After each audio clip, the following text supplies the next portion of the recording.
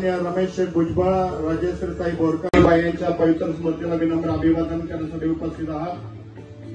तर गेल्या अनेक वर्षापासूनची ही परंपरा याही वर्षी कायम राखत आदरणीय दादांनी आणि कारखान्याने शेठबाबांच्या पवित्र स्मृतीला वंदन करण्याची आपल्याला संधी उपलब्ध करून दिली आहे। तर या वर्षीचा माहोल काही थोडासा वेगळा आहे। यावेळेला खूप गरम व्हायचं, पण आदरणीय ज्येष्ठ नेते तानाजी शेठ यांनी म्हटल्याप्रमाणे त्यांनी सांगितलं की शेतकरी सुखावला, थोडंसं शब्दात काहीतरी बदल झाला असेल, दुखावला असं पाहिजे। कांदे बराकीत सडून चाललेले आहेत, गोबी फ्लावर सडती आहे, त्याला त्याची आवडच परिस्थिती, सगळ्या तरकारी, टोमॅटो असेल, सगळ्या तरकारीचं म्हणजे बऱ्यापैकी नुकसान झालेलं आहे आणि त्यामुळे शेतकऱ्याला खूप मोठं नुकसान सोसावं लागलंय। परंतु अशाही परिस्थितीमध्ये ज्यांनी शेतकऱ्याच्या पदरात काहीतरी दिले त्यांच्या स्मृतींना अभिवादन करण्यासाठी आपण उपस्थित राहिलेलो आहोत। शेठबाबांच्या आठवणी माझ्यापेक्षा आपल्याजवळ खूप वेगवेगळ्या स्वरूपातल्या आहेत। पण मी मागे एकदा आठवण सांगितली होती की दुराड्यातून धुलीकण उठायचे आणि द्राक्षावरती मण्यांवरती पडायचे आणि त्याचा परिणाम एक्सपोर्टवरती व्हायचा, म्हणून एक शिष्टमंडळ द्राक्षावाल्यांचं सगळं शेठबाबांकडे गेलं आणि त्यावेळेला ते दुखणं बाबांना सांगितलं।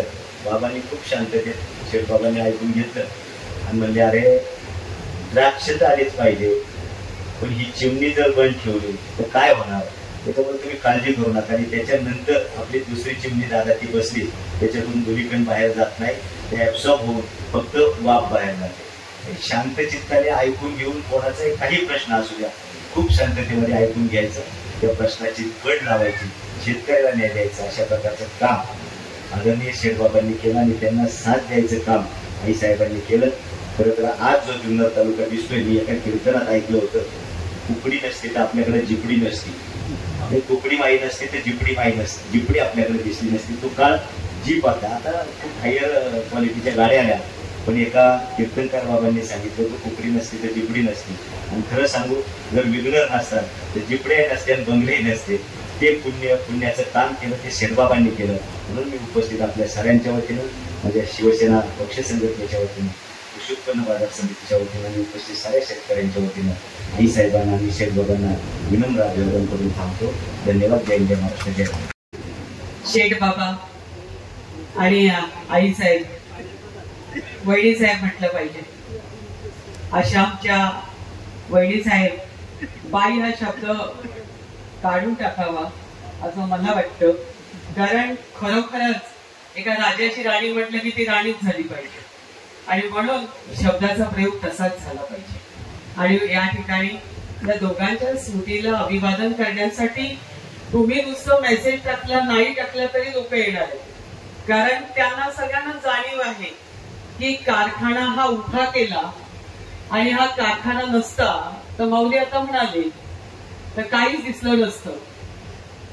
सत्यशील भाऊ ती धुरा सांभाळतायत, परंतु अण्णा जसं शेठबाबा प्रत्येकाचं ऐकून घेत होते, तसंच अण्णा आलेला माणूस कसाही तो दुःखी असो काही असो, त्याचं काम होईल किंवा नाही होईल, पण जाताना तो हसतच जायचा, त्याचं समाधान व्हायचं, त्याचं समाधान इतक्या प्रेमाने सांगणं, त्याला अगदी चहा पाहिजे, नाश्त्याची वेळ असेल तर त्याला नाश्ता देणं, पण तो जाताना काहीतरी माझं समाधान झालं अशा पद्धतीने जायचा, अशी या कुटुंबाची परंपरा आहे। आणि या सर्व असणाऱ्या कारखान्याच्या सभासदांना, हा सभासदांचा कारखाना आहे, हा कारखाना शेतकऱ्यांचा कारखाना आहे। आपण पाहतो की शिवाजीराव काळेंनी सुद्धा या ठिकाणी आपलं योगदान दिलं, अशा पद्धतीने शेठबाबांनी दिलं, अण्णांनी दिलं, या ठिकाणी आता सत्यशील भाऊ देखील तो असा चालवायचा प्रामाणिक प्रयत्न सगळ्यांना घेऊन करतायत, सर्व असणाऱ्या डायरेक्टर बॉडीला आणि शेतकऱ्यांना काय आवडेल याचा करतायत। पण त्या काळामध्ये असणारा 84ला बंद पडत असणारा कारखाना लोकांना वाटलं की आता काय सुरू होत नाही, पण तो सुरू करून या ठिकाणी चांगल्या पद्धतीने शेतकऱ्यांना एक वेगळं आगळं असं जे काही समाधान मिळतं आहे ते फक्त शेठबाबांच्या कृतीमुळे, त्यांना साथ देणारे मग मोरे साहेब असतील, या ठिकाणी आपण नेहमी म्हणायचो की बोरकर साहेब हे देखील त्याचं ब्रेन, मी म्हणायची की कारखान्याचं ब्रेन म्हणजे बोरकर साहेब, या ठिकाणी प्रत्येकाने प्रत्येक शेतकऱ्याने साथ दिली हो, दारात जर शेठबाबा गेले, कुठल्या गावात गेले, तर कोणी नाही म्हटलं नाही, कारण विश्वास होता. आणि शेठबाबांना खरी श्रद्धांजली द्यायची असेल, खऱ्या अर्थाने त्यांना अभिवादन करायचं असेल तर करारीपणा पाहिजे, पण तो स्वतःसाठी नाही, जनतेसाठी. हेच त्यांनी शिकवलं आणि म्हणून त्यांनी हे नंदनवन या जुन्नर तालुक्यात फुलवलं. आणि त्यांना साथ देणाऱ्या आपल्या वहिनी साहेब यांना देखील आपण अभिवादन करायला आलेलं आहे. त्यांनी देखील साथ दिली, कारण घरामध्ये जो माणूस समाधानी असतो, घरामध्ये जर सुख शांती असेल तरच तो बाहेरच्या जगामध्ये आपलं नाव लौकिक, आपल्या समाजासाठी काही देऊ शकतो. ही भूमिका तिथे वहिनी साहेबांची होती. म्हणूनच आज देखील आम्ही म्हणतो का या कुटुंबामध्ये ती परंपरा चालत आलेली आहे. आता सुद्धा अण्णा नसले तरी आई म्हणून सत्यशील भाऊला साथ देणारी आई आहे, बायको म्हणून बायको सुद्धा साथ देणारी आहे, बहिणी सुद्धा पाठीशी आहे. आणि हे कुटुंब म्हणजे त्यांच्या आत्या वगैरे सगळे का पाठीशी आहेत? चांगलं कर बाबा, मी तुझ्या पाठीशी आहे. सांगायचं असे, मी माझ्या वयाचा कोणी सभासद आहे किंवा नाही मला काही माहित नाही, परंतु मी 5 पिढीचा साक्षीदार आहे. कारखाने जिंकण्याचा ज्या ज्या वेळेला विचारमेले होते चेअरमन साहेब, आम्हाला असू दे, 2-3 वसंत होते, आमच्या ऑर्डरमध्ये होते, वाघ होते, काकडे होते, तेव्हा सगळे आम्ही एकत्रित बसायचो आणि विचार करायचो. प्रथमतः उंची कमी असल्यामुळं, विचार कमी असल्यामुळं गुऱ्हाळ निर्माण करायचा हा आम्ही हे निर्माण केलं होतं विचार. आणि त्या दृष्टीने ताराबाद असो, कोल्हापूरला असो, सोलापूरला असो, जिथे जिथे गुऱ्हाळ होते तिथं आम्ही फिरून सगळा निर्णय घेतला. शिवाजी काळे फक्त आमच्यात होतं तेव्हा. मग विचार केला काय करायचं, एवढी मोठी तालुका, एवढा मोठा जनसंपर्क आपला ज्या वेळेला आहे, हे एवढ्याच्या गुऱ्हाळावर आपलं भागणार नाही हो. आणि मग कारखान्याचा चंग बांधून धाजेवडीची काही जमीन असेल, इथली काही जमीन असेल, इथली माडण असतील, हे सगळे ऍडमिशन आम्ही करून घेतली.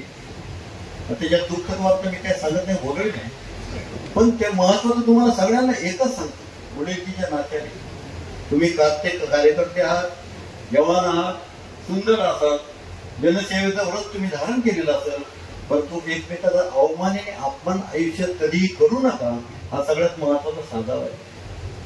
आता तसं दिसत नाही, परिस्थिती बदललेली आहे. किती हांडे पाटील किती वाईट असं, मी कधी दुसरे बोलले, कधी रागवले तुझ्यावर, हे जगायला शिका.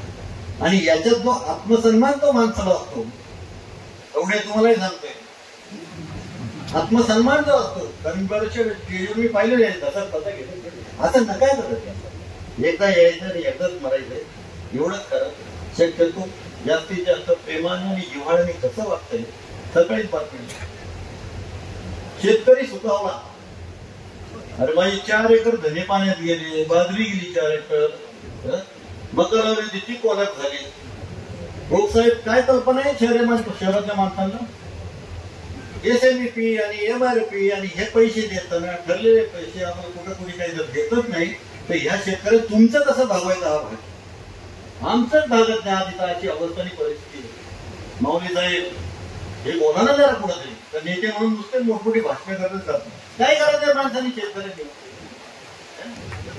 80 कोटी लोकांना काय फुकाट धान्य यांनी कमावलं होतं, 15,000 रुपये लेडीज.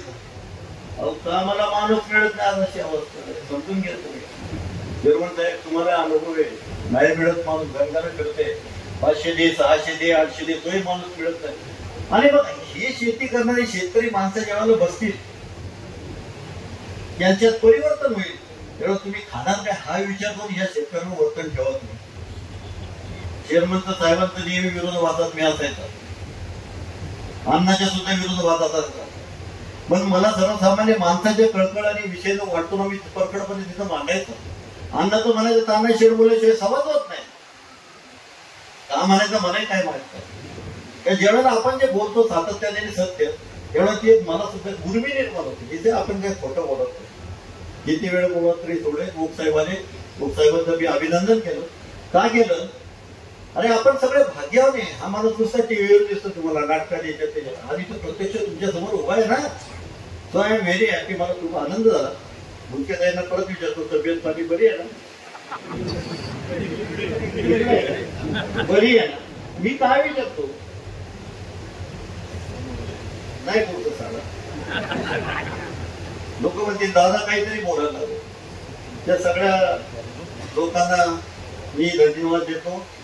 अगोदरपणाने चेअरमन साहेबांनी व्हाईस चेअरमन साहेबांनी मला इथं बोलायला लावलं असते. बोलायला लावू नाही मला, कारण मी सरळ कधी बोलत असतो. मी खरं बोलतो, मी सरळ बोलत नसतो, पण मी आहे ते खरं बोलतो, वस्तुस्थिती मांडतो. आपण या परिसरामध्ये जीवन जगत असताना सगळ्यांची काळजी घेऊन जीवन जगणं हे सगळ्यांचं महत्वाचं आहे. परत तेच सांगतो, मनी कोणाच्याही बाबतीत दुस्वार्थ न ठेवता दुसऱ्या हे जीवन जगणं आणि आत्मिक सन्मान आपण आपलाच मिळवायचा असतो. अधिक काही न बोलता अगोदरपणाने मला इथं बोलायला दिलं, मी दिलगिरी व्यक्त करतो आणि माझे 2 शब्द थांबवतो. धन्यवाद. जय. या तालुक्याला सुजलाम सुफलाम केलेले सहकार क्षेत्रात उत्तुंग असं काम करणारे सर्व शेतकऱ्यांच्या मनामध्ये क्रांती फुलविणारे, त्यांचा संसार सुखाचा करणारे, आपल्या सर्वांचा आदरस्थान वैकुंठवासी देवपूज्य शेठ शेरकर, त्यांच्या धर्मपत्नी म्हणजे आमच्या भगिनी हिराबाई यांच्या पवित्र स्मृतीला आपल्या सर्वांच्या वतीने अभिवादन करतो. आताच लक्ष्मण शेठने सांगितलं की न भूतो न भविष्यती असा कार्यक्रम कोथरूडला तुकाराम महाराजांच्या गुरुच्या गावी चैतन्य महाराजांच्या गावी झाला. या जिल्ह्यात या महाराष्ट्रातील ख्यातनाम कीर्तनकार ज्ञानेश्वर कडू उर्फ छोटे माऊली यांच्या मार्गदर्शनातून तो झाला आणि खूप मोठा झाला. तालुक्यालाच नाही, जिल्ह्यालाच नाही, तर राज्याला एक मार्गदर्शक ठरावा असा कार्यक्रम झाला. महाराष्ट्रातील सर्व फडांचे फडकरी, सर्व संतांचे वंशज कोथरूडला येऊन त्या ठिकाणी त्यांनी कीर्तन करून समाजाला मार्गदर्शन केलं. आणि चैतन्य महाराज तुकाराम महाराज जगाचे गुरु झाले, जगद्गुरु झाले. अखंड विश्वाला ते माहिती आहे, पण त्यांचे सद्गुरू कोण हे कोणाला माहिती नव्हतं आणि ते माहिती करून देण्याचं काम या सप्ताहामध्ये झालं. आपण सर्वजण त्याचे साक्षीदार आहात. नुसता जुन्नर तालुकाच नाही, तर पारनेर तालुका आहे, शिरोळ तालुका आहे, आंबेगाव तालुका आहे, खेडगा आहे, संगमेर आहे, अकोला आहे आणि आपले असंख्य मंडळी पुणे मुंबईला आहेत. या सर्व मंडळींच्या साक्षीने हा भव्य आणि दिव्य सोहळा झाला. या कार्यक्रमाला अनेक मंडळींनी खूप अशी मोठी मदत केली. आमच्या माऊल्यांनी ज्या हे तालुके आहेत त्यांच्या प्रत्येक घरटी भाकरी तुकाराम महाराजांना प्रसाद म्हणून त्या ठिकाणी आणला. शेवटच्या दिवशी पुरणपोळीचं जेवण केलं आणि ते अखंड तालुक्यांनी त्या ठिकाणी आणलं. असा आता लक्ष्मण शेट्टी सांगितल्याप्रमाणे पुन्हा असे होणे नाही अशा प्रकारचा कार्यक्रम झाला. अनेकांनी मदत केली.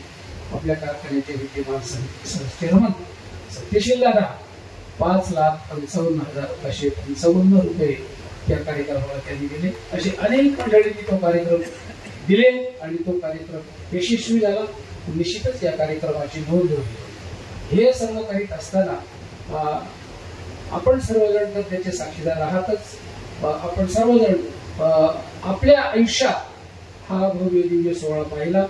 महाराज सद्गुरूच्या भेटीला इथे आले त्याला 450 वर्ष झाली आणि 400 वर्षांनी त्यांच्या पादुका 8 दिवस इथे राहिल्या आणि सर्वांनी त्याचं दर्शन घेतलं. म्हणजे स्वतः महाराजच त्या ठिकाणी आले. तुकाराम महाराज संस्थांचे जे प्रमुख आहेत पुरुषोत्तम महाराज आणि माणिक महाराज त्यांनी त्या पादुका आणल्या आणि आपल्यासाठी सर्वांच्यासाठी ठेवल्या. अशा या छत्रपती शिवाजी महाराजांचा जन्म झाला असा पवित्र तालुका. ज्ञानेश्वर महाराजांचे प्रथम शिष्य रेणेश्वर महाराज यांच्या मुखातून वेद बोलवले हे आळेगाव. तुकाराम महाराजांचे गुरु चैतन्य महाराज असं उत्तूर गाव. 2 अष्टविनायक ओझरचा आणि लेण्याद्रीचा असा संपन्न असणारा आपला तालुका, भाग्यवान असला तालुका. आणि आज आपण सर्वजण या कारखान्याच्या माध्यमातून शेठला अभिवादन करण्यासाठी या ठिकाणी आलेलो आहोत. मला खूप आनंद झाला. चेअरमन साहेबांनी मला किंवा संचालक मंडळांनी बोलण्यासाठी संधी दिली. आनंद यासाठी झाला की कारखाना या तालुक्यात व्हावा म्हणून केंद्र सरकारकडे जी मागणी करतात वसंतदादा मुख्यमंत्री, रामकृष्ण मोरे खासदार, कोथरूड गावचे सरपंच आणि जिल्हा परिषदेचे सदस्य वसंतराव पाटील डुमरे म्हणजे शेठचे मेवणे कराबाई आमच्या भगिनी आहेत, त्यांचे बंधू, या मागणीसाठी पत्र लिहायला ते द्यायला त्या ठिकाणी मी होतो. याचा मला अभिमान आहे. कारखाना कसा काढला, शेअर कसे गोळा केले, या प्रत्येक गोष्टीचा मी साक्षीदार आहे.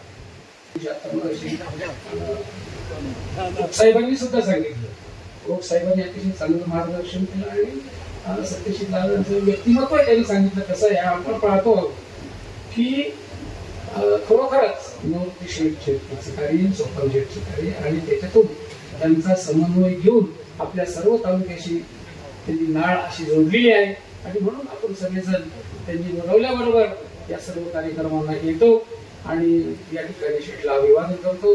असो मी आमच्या वतूरकरांच्या वतीने आणि आपण सर्वजण आहात, अनेकही लोकांचं नाव घेत आले नसले, या सगळ्यांच्या वतीने शेठला आणि बाईंना विनम्र असं पुन्हा एकदा अभिवादन करतो. तुम्ही सर्व मंडळी या कार्यक्रमासाठी उपस्थित झालात, कारखान्यावर प्रेम केलं, प्रेम दाखवलं. मी आपल्या आणि मलाही बोलायला या ठिकाणी नेलं. मी आपल्या सर्वांचं मनपूर्वक आभार मानतो. जय जय रामकृष्ण. सर्वप्रथम इतक्या महान व्यक्तिमत्वांचं पूजन माझ्या हस्ते करण्याचं तुम्ही ठरवलं आणि मला इथे बोलवलं, याबद्दल काय म्हणून आभार व्यक्त करतो, वंदन करतो तुम्हाला सगळ्यांना. कारण फार थोर आहेत ही व्यक्तिमत्व. कदाचित मला हे माहीत नव्हतं, माझं अज्ञान होतं, म्हणून देवाने ही संधी मला दिली की काय असं मला वाटतं. मी जे काय वाचलं कारखान्याची माहिती आणि आता जे काय भाषणांमधून ऐकतोय ते म्हणाले तसं खरंच की एक दिवस किंवा काही तास या सगळ्या गोष्टींचं स्मरण करायला किंवा त्यावर बोलायला पुरेसं नाही. मी त्यांचं पूजन करणं म्हणजे काय म्हणतो तसं दिव्याने तेजाची आरती केल्यासारखं वाटतं मला. हे पूजन नसून माझा सन्मान आहे. माझ्या हस्ते त्यांचं पूजन करणं हा माझा सन्मान मी समजतो. माझी लायकी नसताना, माझं वय नसताना, माझा अधिकार नसताना तुम्ही त्या योग्य मला समजलं आणि माझ्या हस्ते त्यांचं पूजन करवलं. कदाचित वरतून काहीतरी तसा संकेत असावा की मला पण एक देवाने टाकली मानून की जरा बघ काय काय केलं लोकांनी, ते अशी काहीतरी त्यांनी बोलत होती. मी जे काय वाचलं सत्यशील शेतकऱ्यांबद्दल, त्यांनी केलेल्या प्रगतीबद्दल, तेव्हा बिंदांच्या 4 वेळी आठवल्या की देणाऱ्याने देत जावे, घेणाऱ्याने घेत जावे, घेता घेता एक दिवस देणाऱ्याचे हात घ्यावे असं म्हटलं जातं. बऱ्याच ठिकाणी ते हात घेतले दिसत नाही, आहे ते सगळं रासाला जातं किंवा तेवढंच राहतं किंवा काहीतरी वेगळ्याच ठिकाणी जातं. सत्यशील दादांनी ते खरंच त्या कवितेप्रमाणे करून दाखवलं. त्यांनी देणाऱ्याचे हात घेतले, ते वाढवले आणि त्यांचा जो उद्देश होता तो अजून जास्त त्याला विस्तार दिला. त्याबद्दल मी त्यांचं मनपूर्वक अभिनंदन करतो. त्यांच्या पर्सनॅलिटी म्हणून पण बघायला खूप घेण्यासारखं वाटलं. मी जेव्हापासून फोटो बघतोय तेव्हा म्हटलं हे छान आहे पर्सनॅलिटी, असं कुठेतरी मला कॅरेक्टर करायला आवडेल. पण त्याच वेळी त्यांच्यात ती नम्रता पण मला दिसून आली.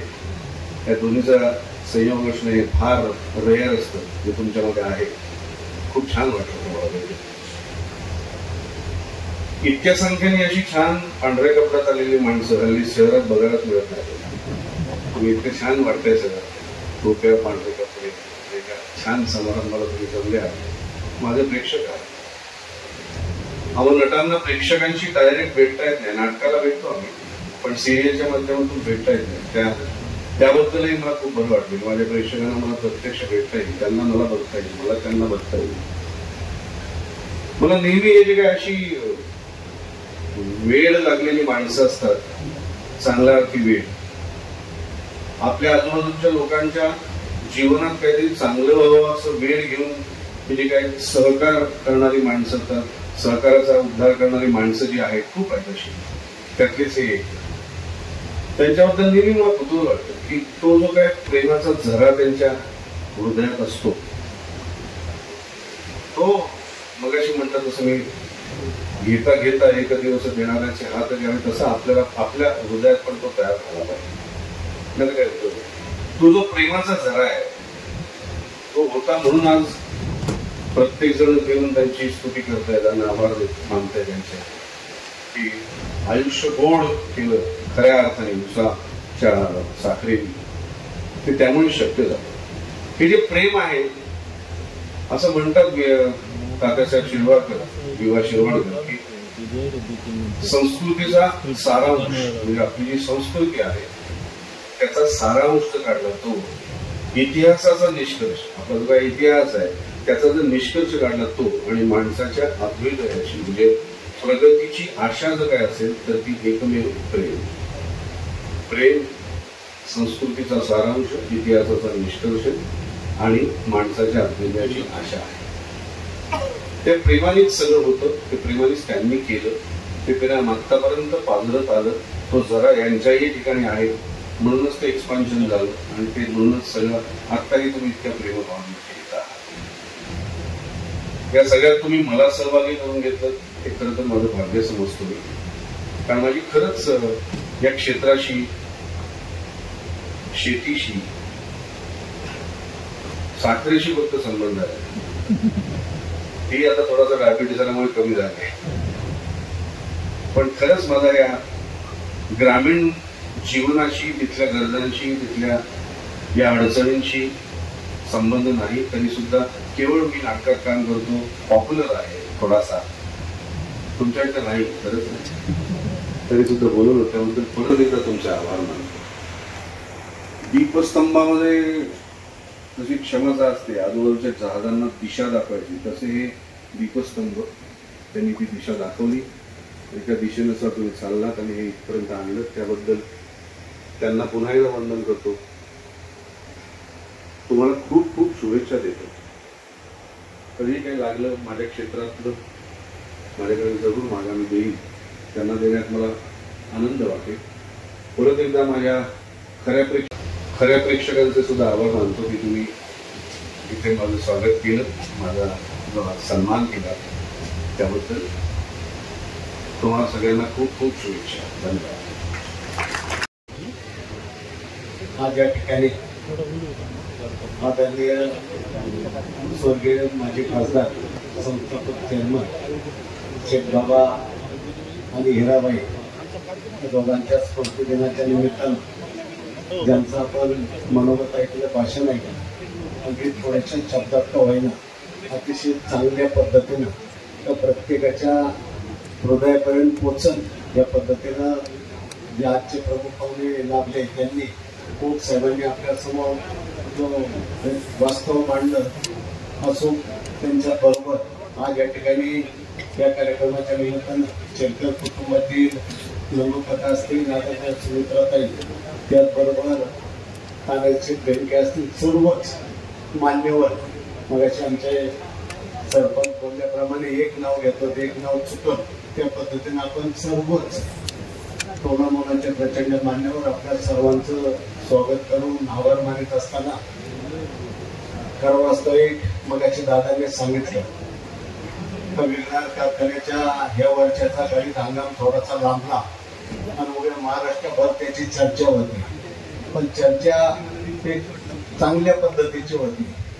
का आदरणीय सत्यशील जाधव, तुमचा सगळ्यांचा विश्वास आणि शेतकरी म्हणून पोचत कितीही काही झालं तरी तुम्ही दादाच्या शब्दावर थांबलात. जोपर्यंत गणित हंगाम संपन्न झाला तोपर्यंत आपण सगळेजण शांततेने थांबलात. हे आपल्या नावाचे त्या विघ्नार्थ शेतकरी अख्ख्या महाराष्ट्रात संयमी, शांत, हुशार आणि शिस्तबद्ध आहे. त्या पद्धतीनं आपला सगळ्यांचा नामोल्लेख झाला. आज शेठबाबांनी जो आदर्श घालून दिला आणि अण्णांची शिस्त या दोन्हींचा मेळ घालून दादा आपल्या समोर काम करतात.